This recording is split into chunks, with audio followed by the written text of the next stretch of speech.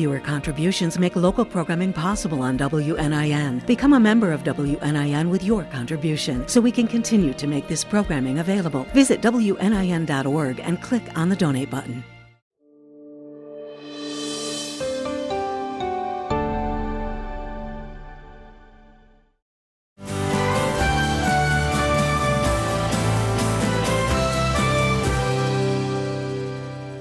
Good afternoon. It's a pleasure to be here on the Rotary stage today to moderate a panel discussion on data centers.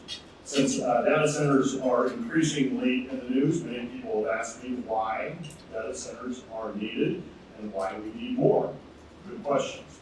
But the answers, I think, are fairly simple. We live in a digital world and it's becoming increasingly reliant on digital technology. If you watched your favorite show on Netflix last night, it was processed thanks to a data center. When you rely on a bank ATM, that too works through a data center. And the same goes for cell phone technology. All that happens because of data centers. It has been widely reported that technology companies are looking to place data centers in both Posey and Moore counties. Just this morning, the Posey County Commissioners announced that they would not vote to rezone one specific site in their county. And to be clear, no technology company or developer has filed for any rezoning or special use on any specific site. It's impossible to predict what will happen in either county. But with data centers in the news so much, Rotary reached out and asked us to assemble a group of experts to help us learn more. So, as I call our panelists, if you would please join me on stage. Joining us today are Indiana Secretary of Energy and Natural Resources, Suzie Jaworowski. Shawn Wright, Director of Capital Projects from the Evansville Water and Sewer Utility. Mike Roeder, President of CenterPoint Energy Indiana. David Bottorff, Executive Director of the Association of Indiana Counties. And John Bates, Business Manager of Plumbers and Steamfitters, Local 136. How do data centers fit into the state's energy priorities? Well, first of all, thank you so much for having me, Rotary Club. It's an honor to be here. I want to say good afternoon to former Lieutenant Governor Suzanne Crouch. It's wonderful to see you here. So thank you, Lloyd. I really appreciate the question, and it's an important question. And it's the reason why I go around the state and try to tell the story about this unique moment in time. I used to work for the U.S. Department of Energy in the Office of Nuclear Energy, and nuclear energy had, not so long ago, a very negative reputation. And Rick Perry was my boss, and he was like, Suzie, we need to make nuclear cool again. How can we do that? Well, fortunately, a lot of young people around the country did a lot of research. They started to see that nuclear is a clean energy source, and through a lot of different outlets, it's become very popular again. In fact, I think it would be easier to site a small modular reactor anywhere in the state than it would be to site a data center. But it was a similar kind of challenge, and I think having a communication, having conversation about it where there's facts and data is the most important thing. So that's why I'm here today. And as Secretary of Energy, we do have a statewide energy plan. The governor has charged me with reliability, affordability, and deploying nuclear power. And the best way for us to do that is to have our utilities partner with data centers right now. AI infrastructure is a national security imperative. We know for a fact, there's been at least 2 studies that have identified that China is trying to stop the United States from building data centers, because then we have control of our own data that controls our opportunity to use our cell phones and use our computers and watch Netflix and everything else. And they don't want to see us do that. They also know that it's directly tied to energy development. And so when you hear that data centers utilize a lot of electricity, it's true, they do. But they also are very well prepared to help us build out our new electricity generation and transmission systems. And we are seeing that here in the state of Indiana. And we're really fortunate in Indiana because we have policies that force that partnership to happen and force the large load users, whether that's a chip manufacturer, auto manufacturer, a steel manufacturer that comes into the state, they're responsible for paying for that electricity. And we're seeing that happen already with our utilities, and the outcome of that is that it lowers the cost of electricity. So even though it sounds incongruent that this big demand user of electricity can help lower our cost of electricity, that is in fact what happens. And so we're seeing 2 utilities in the northern part of the state. One is coming into the Utility Regulatory Commission this month to file to lower their electricity rates. And that's all because of their partnerships with data centers. The other one has started a separate company called Genco that kind of protects the residential customers from any cost in developing infrastructure for data centers. And they are going to start having next year a credit on everyone's bill that is, this is your data center credit, and it will be lowering bills. And the more data centers they partner with, the more the bills will go down. So it's an important part of our energy strategy. Talk a little bit about the state's capacity and the grid that we have. People are rightfully concerned about whether the grid can accommodate the growing number of data centers. Talk a little bit about the grid capacity. Yes, so our grid right now, we utilize at peak time about 22 gigawatts of power. We have capacity for 28 gigawatts of power, but that capacity is being used up all the time. Our demand is increasing by 1 to 3.5% year over year. And for the last 20 years, we have had flat demand. We have not had demand increase in electricity across the entire country. But now, data centers are creating demand, but not just data centers. Our electrification of our culture is increasing our demand, and the reshoring of manufacturing and reshoring of our own domestic development is increasing demand for electricity. So even without data centers, our demand would be going up. But our policies right now, as I said, are that those that are creating that demand are responsible for paying for it. Our grid here is healthy and strong, but we need these deep-pocketed partners to help us pay for building new generation, developing more of the transmission lines. It's very expensive to do that. So our demand's going to increase whether we have data centers here in our state or not. But if we have the data centers here in the state, then the data centers pay for that development, not ratepayers. I think my mic's on now, so we'll go. I don't have to yell. Mike, let's continue down the path of energy use. Talk about reliability.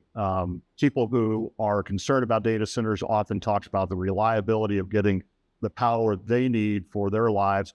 Talk about CenterPoint's view on reliability, and then define key terms, transmission, et cetera, that we hear a lot from the electric companies. Yeah, so this is obviously an important part of the conversation, and just would reiterate everything that Suzie said. We're focused on here in Southwest Indiana as we look for the opportunity to have a way for us to lower bills in the community. To Lloyd's question directly on, reliability, that's our number one responsibility, reliability and safety. That's what we do every day. We've done it for over 100 years in the community, and we'll continue to do so. All the utilities take this very seriously. We're a heavily regulated industry. The Indiana Utility Regulatory Commission oversees everything that we do, not just our rates, but they oversee any investments that we make. They study our reliability. They study our outages. So they have the ability to, make our lives difficult. But, I'm happy to say that we, again, because we focus on this, we don't have a reliability problem. Transmission lines get talked about a lot. I think the way I think about that sometimes is just the size of the highway, right? Like there's large highway, interstate highways, there's roads that get to your house. Same here. We got transmission lines are the highways, distribution lines are the kind of the roads to your home. So think of it in those terms. But as we have these conversations with these potential customers, I want everybody to understand, this is our number one focus. It will not impact your day-to-day life. It will not impact your reliability. It will not impact your bill. In fact, it has the opportunity to lower bills. That is one of the main reasons that we are focused on this. And we will continue to focus on those things as well as safety as we continue to have this conversation. Mike, I was watching an IURC hearing back in the spring where you testified along with some of your colleagues from other companies. You talked about potential savings to CenterPoint customers over a 15-year period if a data center were to land in our region. Can you walk us through how the company came up with your calculations? Yeah, well, first I would comment, I'm sorry that you didn't have something better to do, that you watched an IURC hearing, because they can be painful. But yeah, to your point, what we've said repeatedly recently is that a project that we've studied could bring bill savings of $250 million in reduction over current bills over 15 years.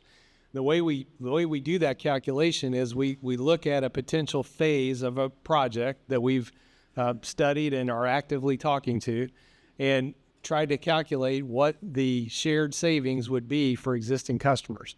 So that's how we come up with that calculation. And I would say that I would say our calculation is very conservative. Most of these projects have many phases to them. And so the $250 million that we quote frequently is kind of a phase one conservative number. And I think, I'm pleased everybody I think here on the stage is engaged in some way on this. But, there are a lot of conversations going on right now. If we are successful to land more than one data center, just like Suzie said, NIPSCO in Northwest Indiana, they have the plans to lower bill on a line item on the bill, your data center credit. The more they land in Northwest Indiana, the more the bill's going to go down. Exact same concept here. And so we have heard the community loud and clear over the last year on affordability.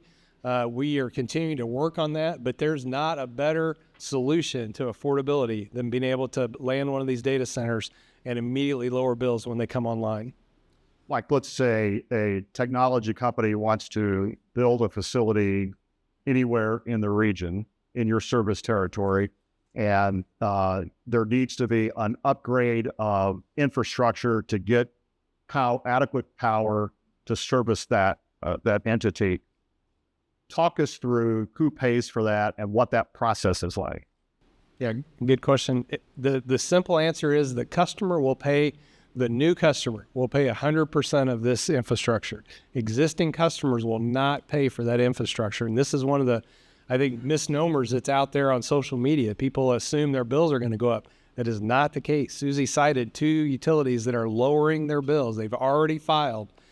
We will absolutely follow suit when we land. I'm not going to say if. When we land one of these data centers, we will file to lower bills. It is part of the affordability challenge. The governor's office is focused on this. We're focused on this. And so, we have to find a way to get this done.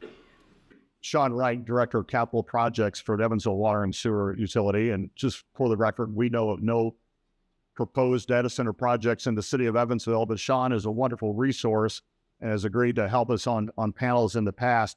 Shawn, help us walk through exactly how the city supplements, first of all, define the EWSU service territory first and how you get water to customers. I think that's important knowledge. Good afternoon.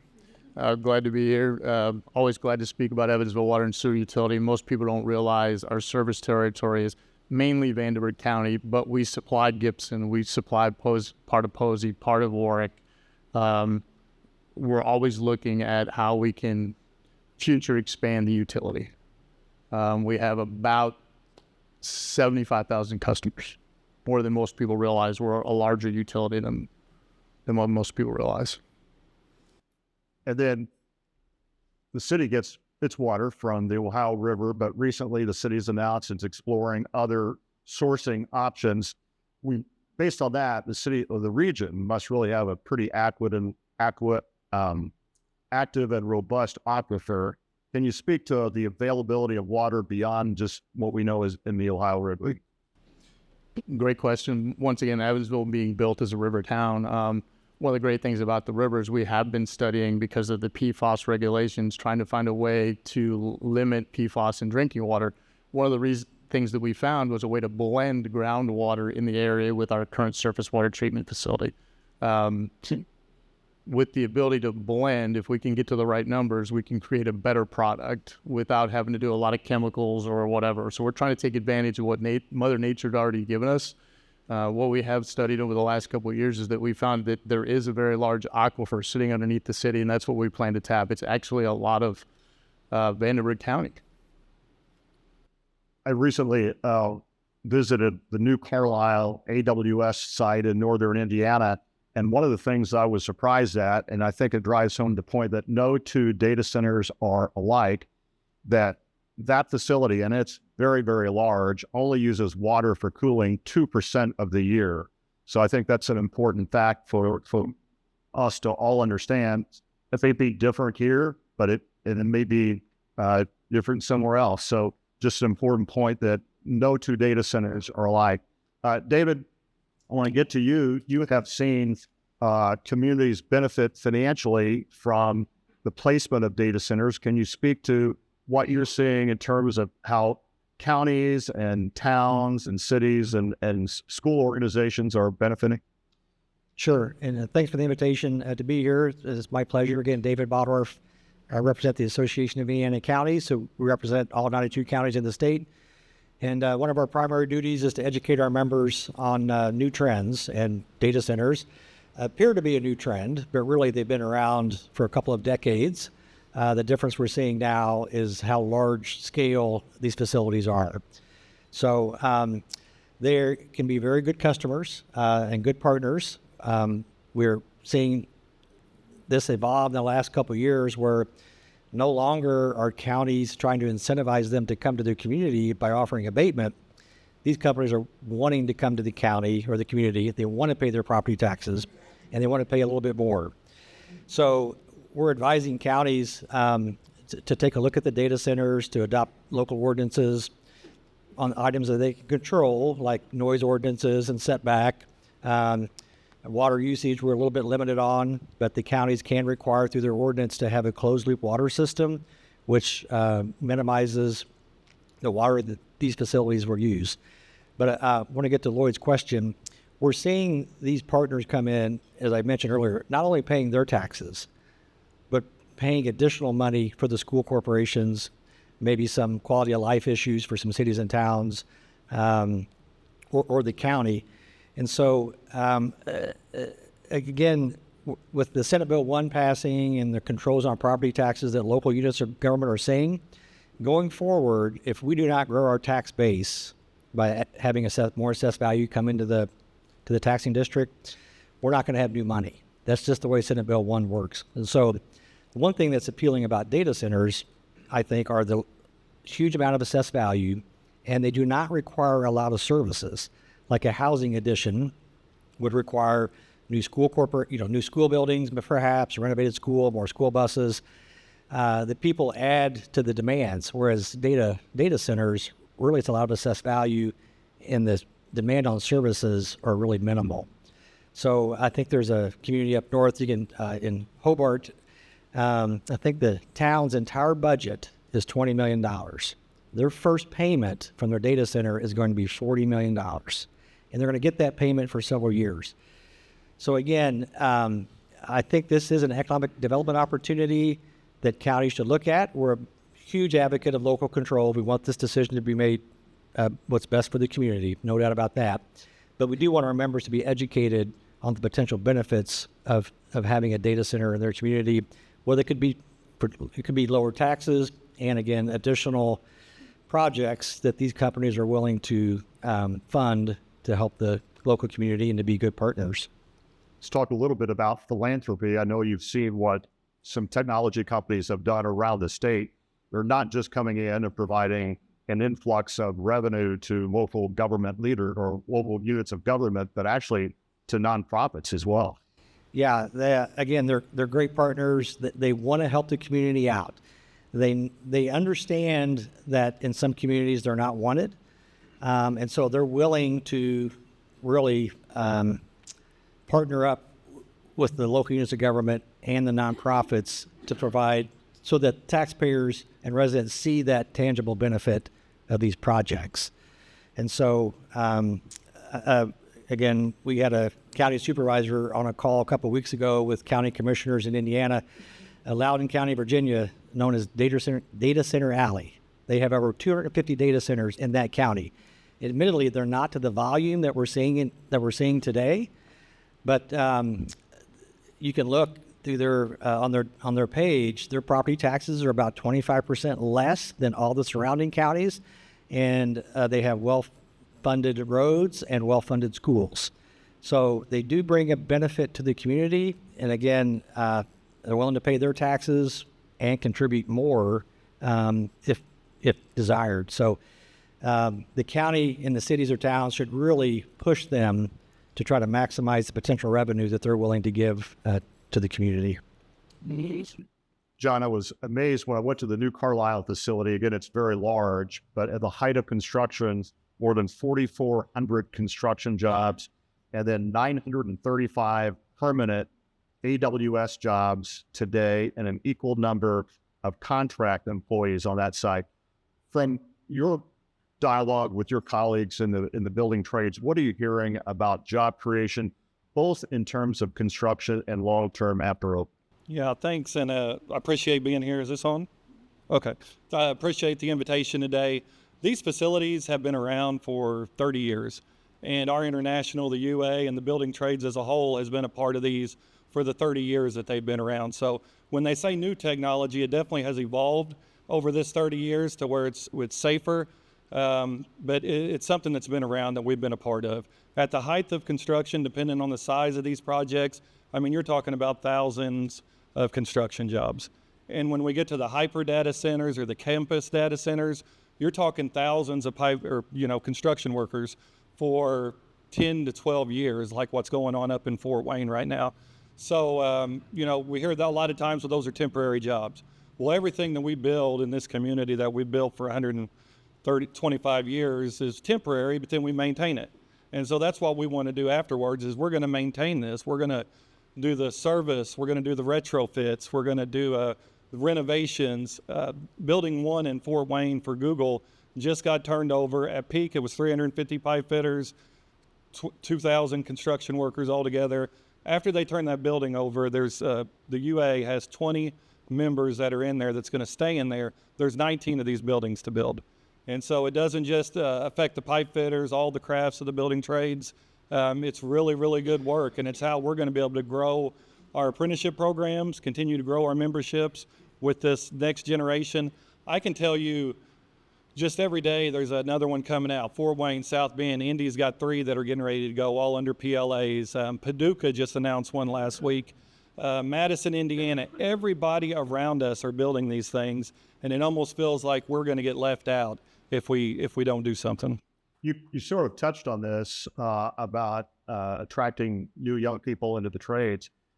Every trade I talk to, they talk about a growing shortage of tradespeople, but this is actually a recruiting tool, is it not?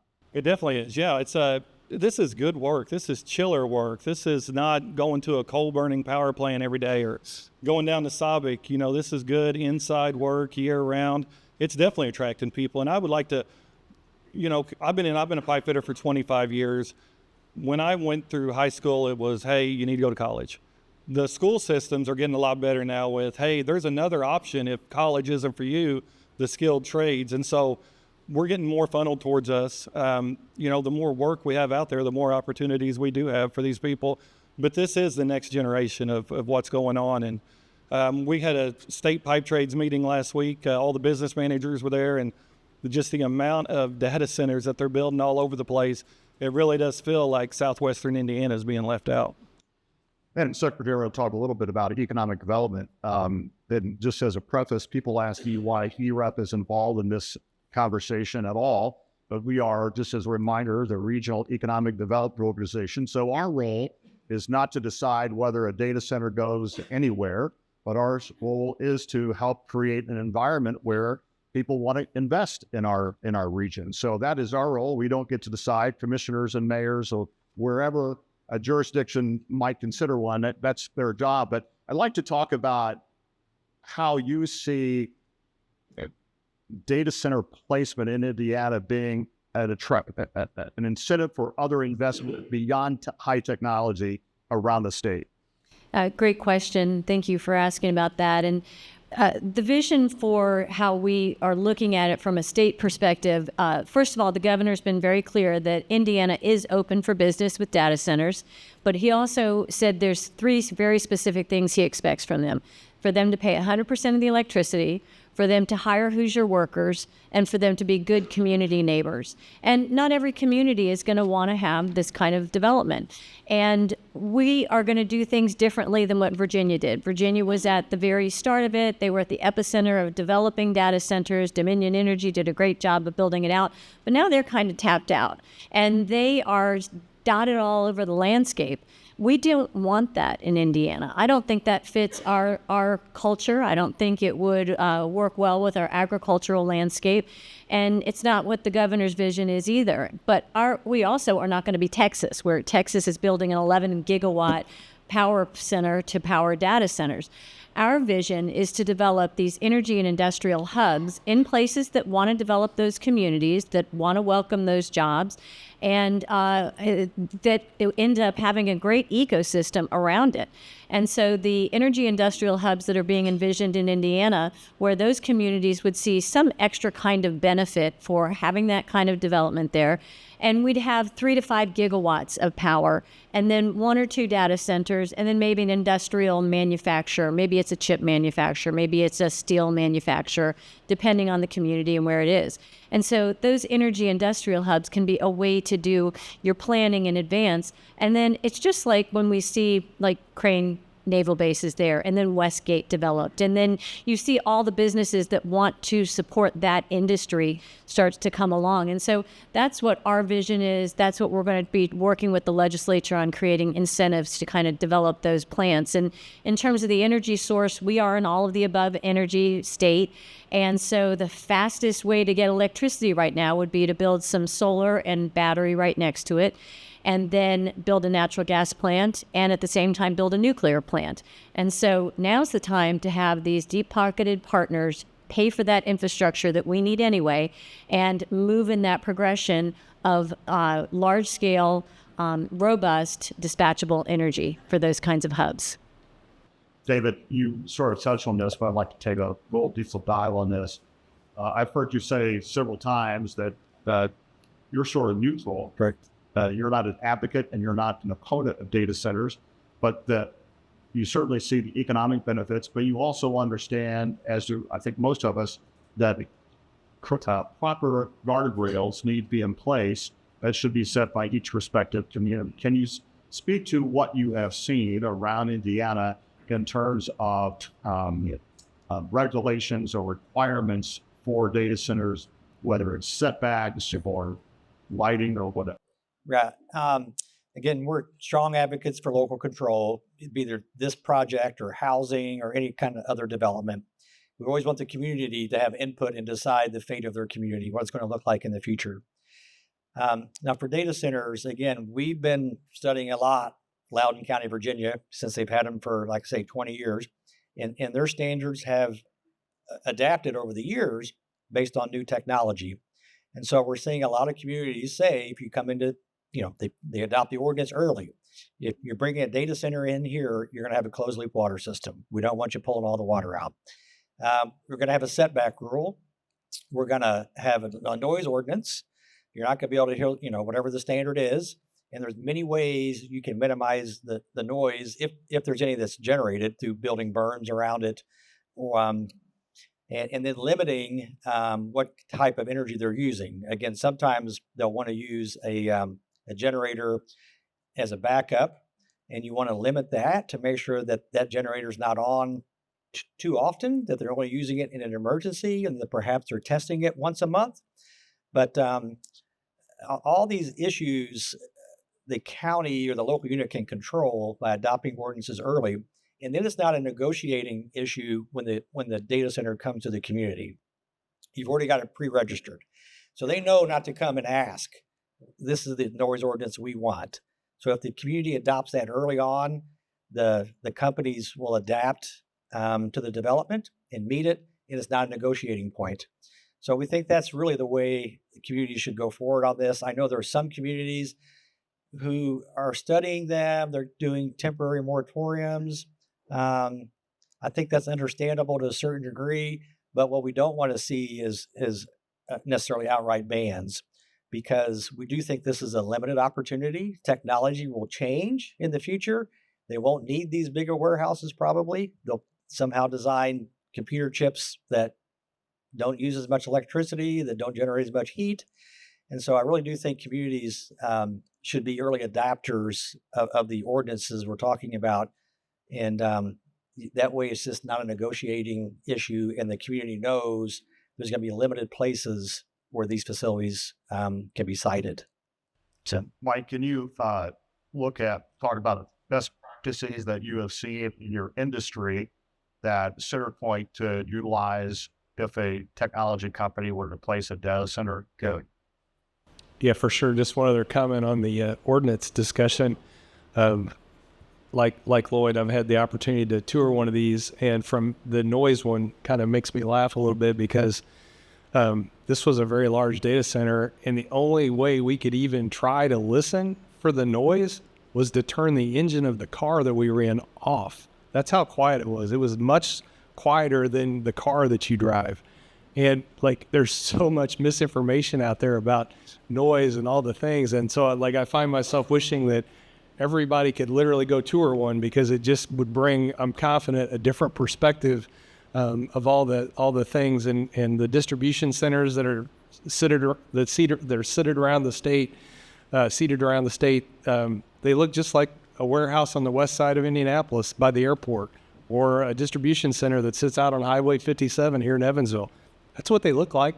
They don't make any noise. So like, the fear factor is just something that, I know we as an industry have a piece of this to tell this story, but we have to continue having these kinds of discussions to help people get comfortable. Best practices for the utility industry specifically, though, is really focused around making sure that the customer is paying 100% of the infrastructure costs, that the utility is in a position, frankly, to lower bills. Those are the two overly simplified pieces of the conversation for the utility industry. These are complicated deals. We've been in conversations with some of these customers for months, and we have to get it right? Like, the community is depending on us to get it right. The administration's depending on us to get this right. The commission will make sure that we get this right, or we'll be penalized for it. So we are doing our due diligence with these customers to make sure that we get the benefits right, that we don't impact reliability, and we can lower bills. Shawn, I'll end with you before we open it up to the questions. A similar kind of question is, what have you seen or read from colleagues around Indiana in terms of best practices that communities are learning about water use in these facilities? As it's really becoming a new technology and stuff's really coming closer to this, we're still learning. And as we reach out to some of our other colleagues, it's about watching capacities and certain things to make sure that the infrastructure and stuff is set in a manner that it can handle what it needs to do. So best practices is kind of similar, like Mike said, making sure that we have capacities, or we're developing and creating the right projects to deliver that capacity. That's the biggest thing that we're hearing throughout the industry and the different conferences. Obviously, a lot of the conferences that we are going to right now, this is a big topic. Okay. This point will be happy to open up questions.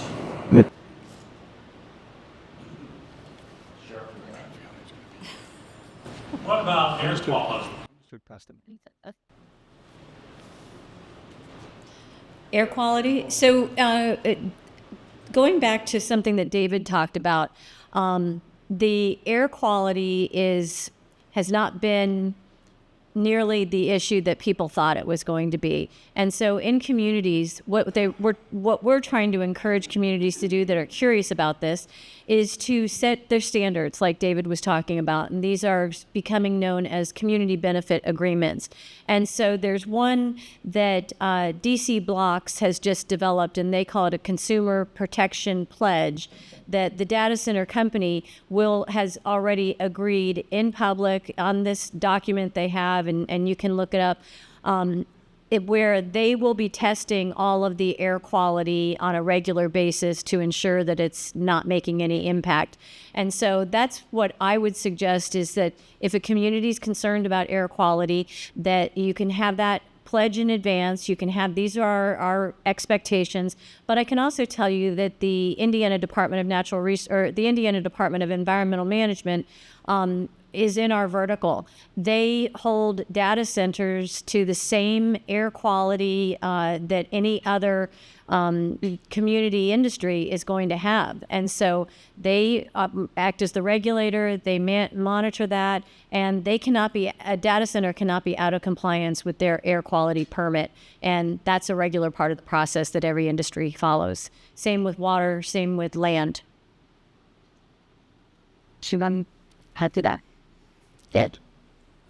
I have seen stories about air quality around data centers, and usually it's centered around when the backup generators kick on. That's the time you may get some emission. But again, generally those only kick on if through a test or if somehow the area has lost access to electricity. So they're not a continuous emitter of poor quality standards. I mean, it's usually only through testing when the diesel backup generators kick on. So that it's not a continuous effort of for emissions.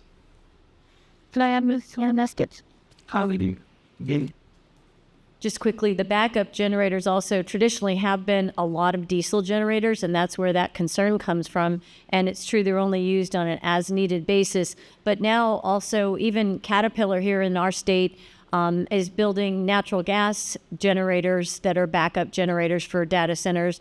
And the technology is getting better and better so that they're cleaner and cleaner.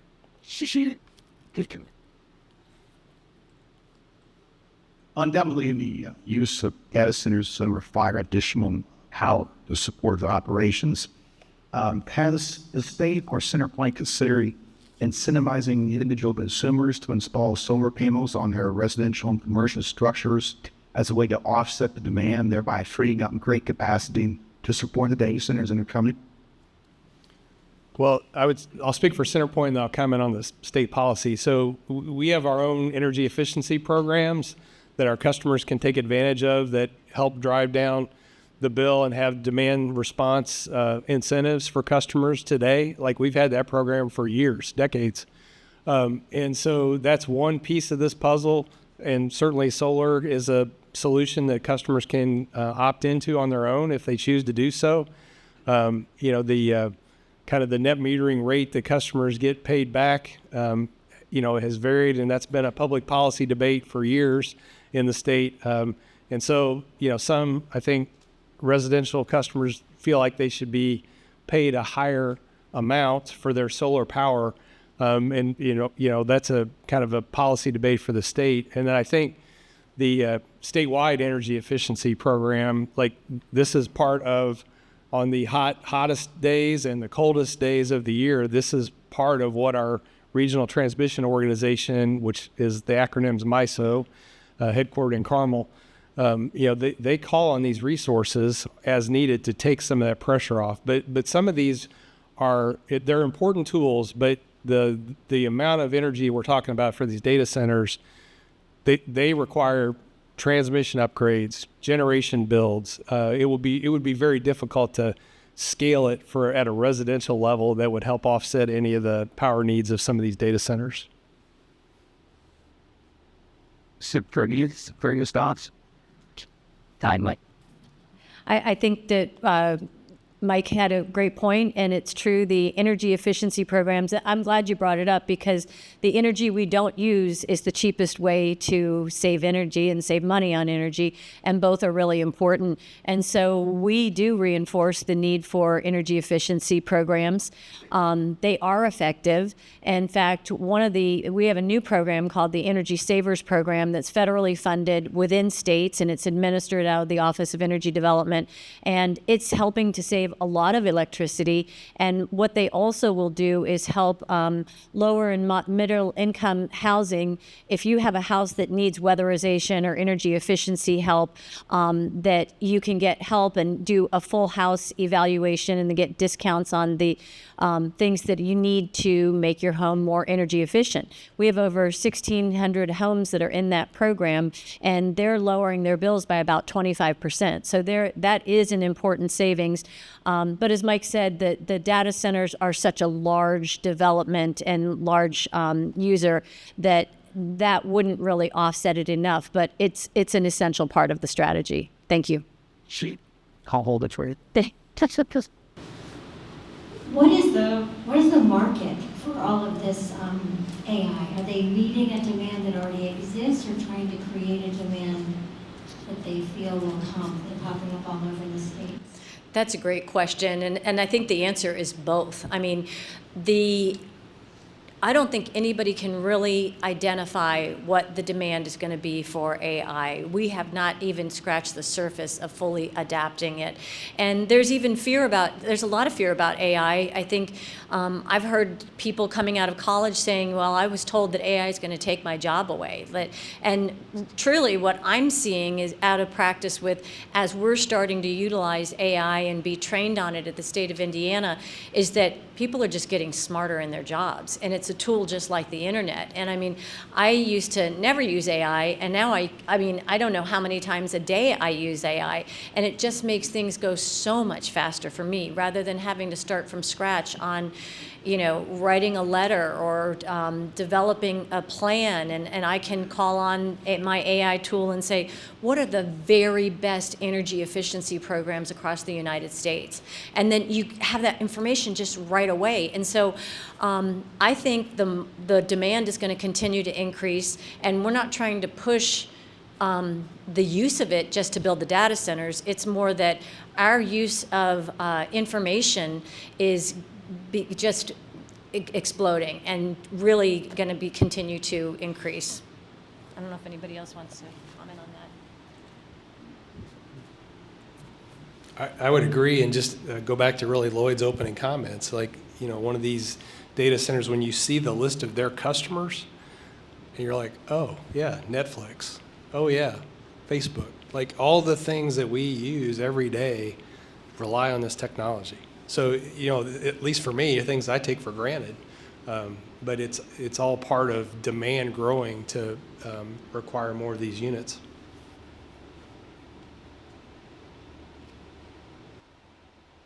How would you overcome the objections that we're getting locally? Maybe some examples of what these other communities have done, where a community says, I don't really have a problem with the data center, I just don't want it across the road from where I live, or by the school, or even in this area of the park where I live.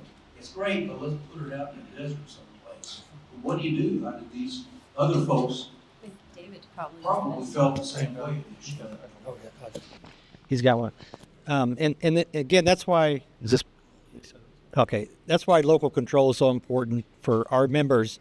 Oh, Amy, this is Pace. Great question, and that's why local control is so important for our members, because they don't belong every place. You need to find a zone for them, an industrial zone, that you're probably not going to have houses nearby. You're probably not going to have school buildings nearby. So they need to be placed in an appropriate location. And that's why the local planning and zoning is important to us. The last thing we want the state to do is to come in and say, these are so important, they're going to go wherever the providers want them to go. We wouldn't want that. We also don't want the state to ban them. Like we see other states who are starting to ban data centers. We don't want to see that because we see them as an economic development opportunity. But I think that's where you have to have the public meetings and do the analysis, do the scientific work as to where these can be located to have minimal effects on homeowners, schools, other businesses. So again, we want to have them locally controlled. We just think it's a great economic development opportunity. I look at this a little bit. This is kind of dating myself. In the late 80s, early 90s, Toyota came to Gibson County, Honda went to Greensburg, Suzie went up to Lafayette. Oftentimes communities didn't want those facilities in there. And the difference between the economic development on these data centers and in a plant like that, back then the state was asking the locals, could you not charge them property taxes so they'll come to Indiana and bring jobs? Well, this is sort of the opposite, with the state saying we're not going to charge them sales tax because we want them here. And what's that doing for the locals is gives them the opportunity to negotiate these better deals for local revenue, kind of like what Lloyd was talking about. They're willing to pay their property taxes and some more because they're not paying the state sales tax. So I know some people are criticizing the fact they don't pay state sales tax, but it is giving us an opportunity to negotiate better deals locally so that the community benefits. And I would just add to that I really feel for local leaders who are having a hard time with this, because the response and the fear about it and the misinformation is unprecedented. I mean, I've never seen anything like it. There was a city county councilor in Marion County who had their front door shot through with a sign that said no data centers. So I've just never seen people acting like that. So I really feel for local leaders. And I think that having what's important in your community outlined in advance and trying to address those things, like we don't want it within a mile of a school, and creating kind of an ordinance that if we were to have a data center, these are the things that are important to us. We'd want to make sure that IDEM has all the air permits, and that the data center does testing on the air if that's a concern, that the setback is so many hundreds of feet, and that of course, they would not impact our electricity bills. They would enhance our electricity bills. It's easy to ask for those things.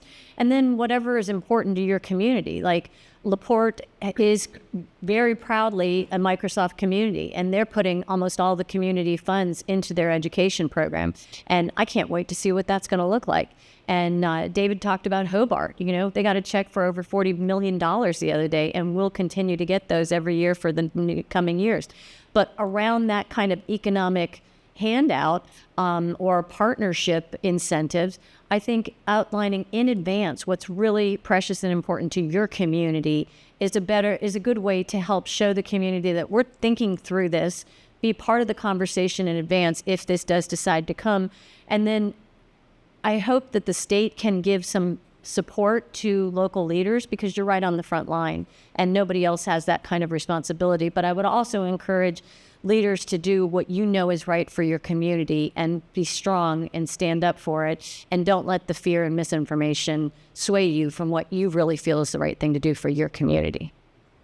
Pushing up on one line, and I just want to give a last thank you to Suzie, Jaworowski, Shawn, Wright, Mike Roeder, David Bottorff, and John Bates. We hope you found this informative, and we appreciate everyone's attention. Thank you. Viewer contributions make local programming possible on WNIN. Become a member of WNIN with your contribution so we can continue to make this programming available. Visit WNIN.org and click on the donate button.